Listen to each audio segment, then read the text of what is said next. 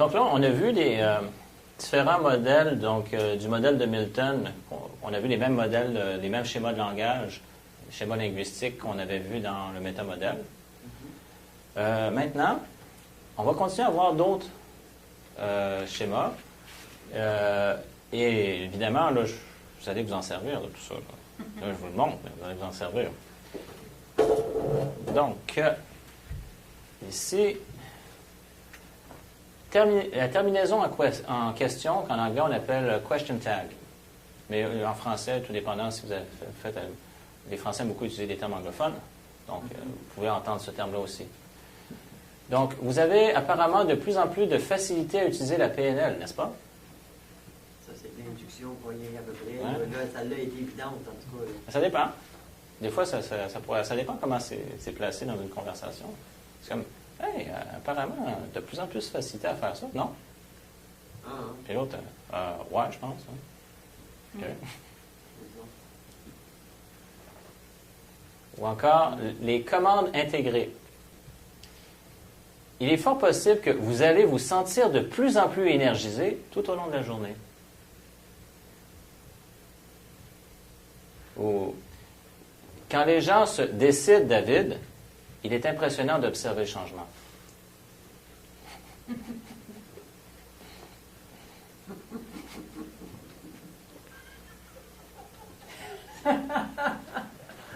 Oh, ben, j'en reviens pas, je parle de même. Les commandes intégrées. Oh, mon Dieu. J'aime pas ça quand je fais ça, parce que j'ai l'impression d'y bosser, tu sais. Mais, donc, vous voyez, c'est quand même fort, là. À travers une phrase, il y a une commande à l'intérieur. Donc, vous allez vous sentir de plus en plus énergisé. Mais encore là, c'est l'intonation. Donc, il est fort possible que vous allez vous sentir de plus en plus énergisé tout au long de la journée.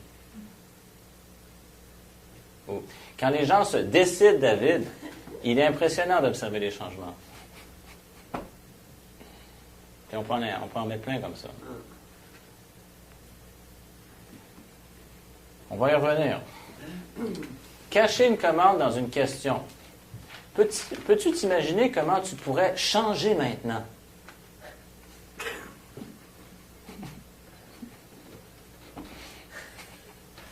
Oh mon Dieu. Ou je me demande si tu es capable. Je me demande si tu peux le faire. Je me demande si tu peux le faire. Moi, quand je sais que quelqu'un est capable de faire quelque chose, là, ça, c'est ma phrase. C'est mes deux phrases. OK. Quand je sais qu'elle est capable, mais que là, elle est comme bloquée, là, je suis là. Maintenant, tu serais capable de faire ça. Hey, regarde, Mais- mes enfants, là, ça marche, là. C'est Mais genre- regarde la différence, parce que tu dis, je me demande si tu serais capable de faire ça. Déjà, c'est intéressant. Mais maintenant, juste au niveau de ce que tu entends, je me demande si tu peux le faire.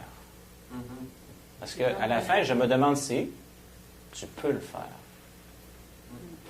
Fait que là, la personne a l'impression que c'est une question, mais il y a un message là-dedans. là. Parce que dans ta question aussi, moi, ce que j'ai entendu, c'est qu'il y avait capable, puis sans. Donc, le capable, c'était le sans qui était plus important. Mais le capable, pour moi, n'était pas un capable sur lequel je voulais faire un challenge. Mais il y avait C'était le le sans. Mhm. Il faut que je m'observe. Il faut vraiment que je m'observe, là. Ah, ben, ouais. Mais c'est un opérateur modo que tu viens d'utiliser.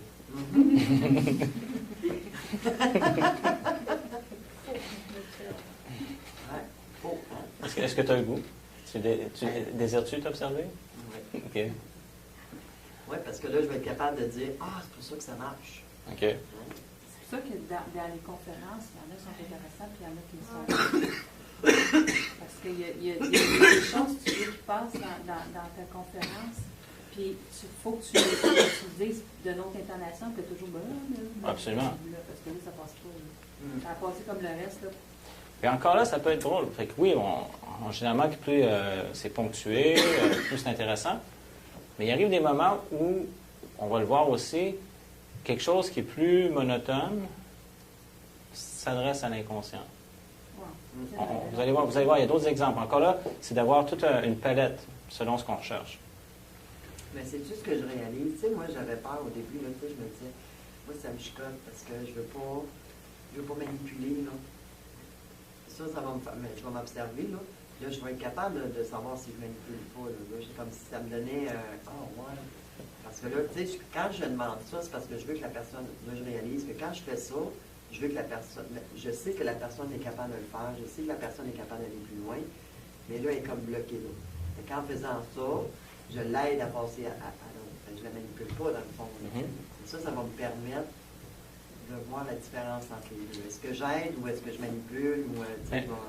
Souvent, ce qu'on ne réalise pas, c'est qu'on a développé des habilités en manipulation à un jeune âge, quand on voulait obtenir des choses. C'est comme, est-ce que je peux l'avoir, ça?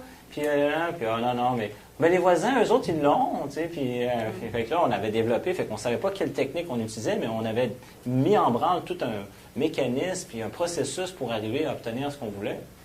Je pense que même à la naissance, on apprend la manipulation. Tu sais, j'ai faim, fait que je crie, ma mère arrive. Ouais. C'est comme, à un moment donné, je vois combien de temps ça prend. Tu sais, fait que des fois, c'est pas parce que j'ai faim, je veux changer de bouche. J'ai la même affaire, je sais qu'elle va arriver plus vite. Ouais, ça, je veux de l'attention, là. Ouais, c'est ça. Fait que la manipulation, dans le fond, c'est, au départ, c'est un moyen de survie.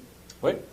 Après ça, Puis c'est pour ça, donc, dans tout ça, moi, je me suis observé au cours des dernières années, dire, est-ce que je suis en train d'influencer cette personne-là? Est-ce que c'est dans mes propres intérêts?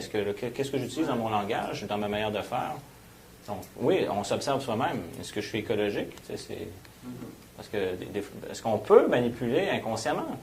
Ça arrive tous. C'est comme. C'est sûr qu'on doit sûrement le faire inconsciemment quelque part. Moi, je ne suis pas en train de dire. Prenons un exemple, quelque chose qui est important pour nous. Ouais, puis là, pour nous, là, c'est tellement important, c'est ça qu'il faut, c'est comme ça que ça se passe. Là, toutes nos forces cognitives, émotionnelles sont focusées dans ce sens-là, puis même au niveau du langage, puis de ce qu'on fait, ça va dans ce sens-là. Puis là, pour nous, c'est ça qui est important. Mais là, on n'a pas nécessairement pris le temps de savoir si ça correspond aux autres.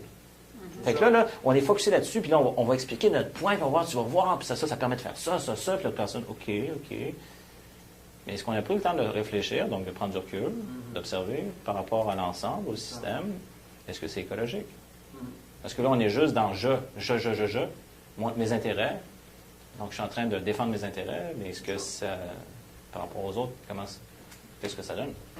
Puis ça peut être correct aussi de défendre ses intérêts, si admettons, parce que je garde quand même le même comportement, si je trouve que ce que je veux, c'est écologique, je vais garder la même affaire, je vais me prendre de la même manière, puis tout ça. C'est juste que si c'est écologique, je ne suis pas dans la manipulation.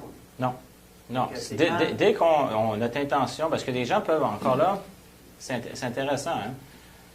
Des fois, on peut avoir une bonne intention, mais qu'on n'a pas vérifié l'écologie, puis ça peut être de la manipulation. Parce que souvent, je vous ai amené la notion d'intention positive, mais des fois, c'est de vérifier, j'avais plein de bonnes intentions, tu sais. Oui, OK, mais par rapport aux besoins de cette personne-là, par rapport à ses intérêts, qu'est-ce qui se passe? Finalement, la personne peut être perdante là-dedans, donc c'est pas écologique. Fait que malgré toi, croyant bien faire, tu as manipulé cette personne-là à faire quelque chose. Même en ayant des bonnes intentions. C'est ça. Donc, c'est savoir, c'est défendre nos intérêts, mais également ceux des autres. Donc, s'assurer que ça soit gagnant-gagnant.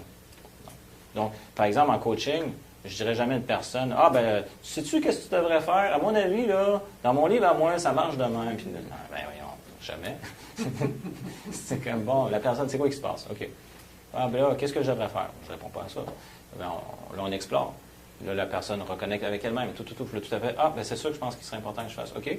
Sur quoi tu te bases? Pour valider si ça a du sens. C'est écologique pour elle, pour écologique aux autres. Puis quand on voit qu'elle est confortable avec ça, puis avec les autres autour, parfait. Elle a pris sa décision. C'est ça. Ça vient d'elle. Ça vient d'elle. Ça vient d'elle. Puis si elle a vérifié, donc on a vérifié l'aspect écologique pour elle. Si elle se fait ce changement-là, par exemple, est-ce qu'il y a plus de pertes que de gains? Donc déjà au niveau écologie interne, tu sais. Non, il y a plus de gains que de pertes. Parfait. Puis avec les autres autour. C'est un gain pour eux autres aussi. Parfait. C'est ça. Mais c'est ça que j'aime de la PNL, parce que t'as pas... en tout cas, c'est pas des inductions. Oui, on en fait avec le modèle de Milton, non, mais c'est pas une induction qui fait que c'est moi qui décide pour eux autres. Ça peut être utilisé à mauvais escient. Donc, Oui, je sais. d'où l'importance en arrière de ça, voir l'intention, puis même on peut dire une intention qui est éclairée, donc qui tient compte de l'écologie. Ouais, c'est ça. Ouais. J'aime bien ce mot. Je te dirais que je l'utilise beaucoup, ce mot, dans mon vocabulaire. Là. Écologie? Écologie, oui. Je diffuse cette information partout. OK. Donc, je trouve que c'est important, cette notion d'écologie-là. Là, tu sais. Ben, ma perception, moi, c'est que c'est fondamental. Ouais, c'est ça. Ouais, parce que sinon, on fait des changements qui, des fois, à court terme, peuvent être très beaux, mais si on regarde, ça peut avoir des conséquences désastreuses. C'est comme, je ne crois pas vraiment à la vraie régression, là, mais quand même pas ressembler au César, puis dans cette époque-là. Là. Mhm. C'est drôle, les pas écologiques. Là. Non, c'est des dictateurs. Ouais, c'est ça. C'est mes intérêts avant tout. Le peuple passe après. Les alternatives. Quand voulez-vous comprendre le modèle de Milton, avant ou après dîner? Après dîner, tu veux le comprendre? OK. C'est correct. Donc, qu'est-ce qu'on voit là-dedans, c'est que ça sous-entend que vous allez le comprendre. Qu'est-ce qu'on comprend là-dedans?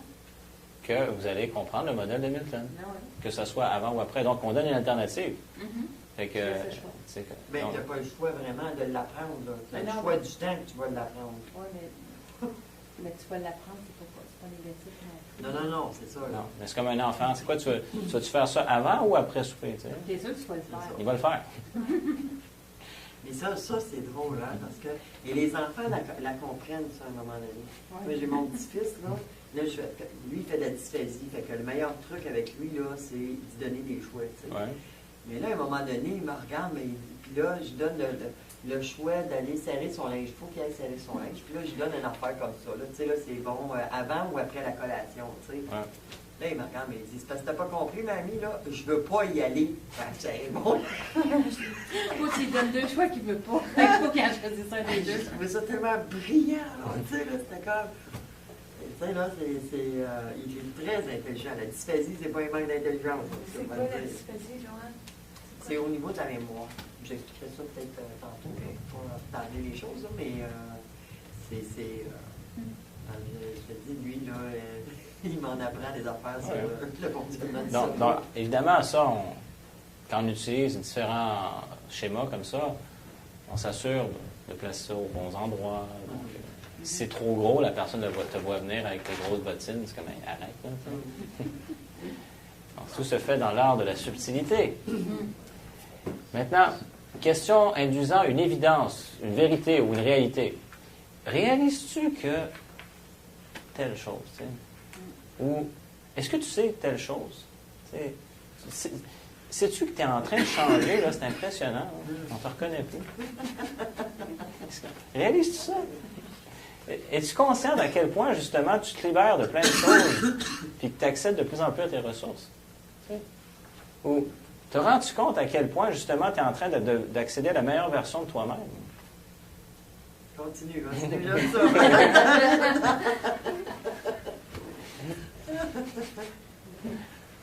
Donc, ça induit ça, c'est comme une évidence, une vérité, c'est une réalité. Utilisation des évidences de la situation, par exemple. Tandis que tu ressens la sensation donc, de la chaise dans laquelle tu es assise et que tu entends ma voix, tu peux te détendre de plus en plus à chacune de tes expirations. Puis tu vois, ça, là, tu n'as pas de mots gras, ça veut dire qu'il n'y a pas d'intonation, c'est une voix comme monotone. Fait que là, tu parles à ton subconscient quand tu fais ça. Oui. Ça dépend. Si vous vouliez mettre un emphase sur certains mots, c'est faisable. Il y a différentes combinaisons possibles. Ou notre service est effectivement le plus cher sur le marché et le prix est directement relatif à la qualité. Ça, ouais, hein? Hey, c'est génial, ça, cette petite phrase-là. C'est justifié, là, mais... Oui, mais il y a des vendeurs, justement, quand ce qu'on appelle les objections, ils vont précadrer les objections avant même que les gens disent. Nous, on a, mettons, le produit ou le service le plus cher sur le marché. Ben, OK. Puis je vais vous dire pourquoi. Fait que là, ils partent tout de suite. Fait qu'ils n'attendent pas que la personne dise « Ah, mais c'est cher ». Non, tout de suite, ils disent notre produit ou notre service est le plus cher sur le marché, puis je vais vous expliquer pourquoi. Blablabla. Bla, bla, bla, bla. Fait que là, ils ont déjà répondu à l'objection. Ces trucs-là, ils ne sont pas mis dans un tableau parce que... Parce que c'est pas nécessairement correspondant à chacun des schémas linguistiques qu'on a vu dans le modèle de Milton, donc dans les schémas de langage. Là, je vous montre comment on peut faire des inductions. Mais c'est pas nécessairement... Ça, par exemple, est-ce que c'est une distorsion, c'est une généralisation, c'est une omission? On pourrait regrouper ça, mettons... suppression du comparatif. Ben, mettons, le fait d'utiliser... Je pourrais dire, OK, ici, on retrouve une forme de distorsion. Ça, mettons, ça, c'est mettons, là, je vous dirais, là, ma perception quand je le regarde. Tandis que tu ressens la sensation du fauteuil dans lequel tu es assise et que tu entends ma voix, tu peux te détendre de plus en plus à chacune de tes expirations. Donc là, je suis en train de faire des liens. Donc, élément extérieur, là, état intérieur. Donc, ça pourrait être une forme de distorsion. Mais c'est juste, pour pas tout rentrer ça là-dedans, là, on a commencé à voir les différents schémas linguistiques, parce qu'on pourrait aussi l'assimiler à d'autres choses, je veux dire. Mais c'est de voir, c'est une utilisation de la réalité de la personne qui amène à un état. C'est surtout ce principe-là. Donc, je vous ai montré au début des schémas linguistiques, puis là, je vous montre différents principes pour créer des inductions.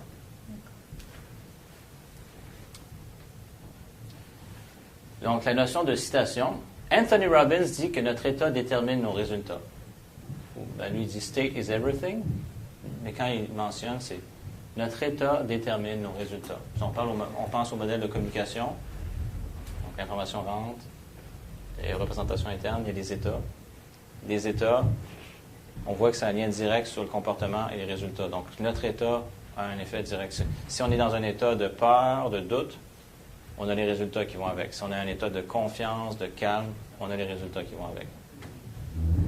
Mais là, j'ai cité Anthony Robbins. Fait que je pourrais dire, Richard Bandler dit que... Et un tel dit... Donc, c'est la citation, ça crée une crédibilité.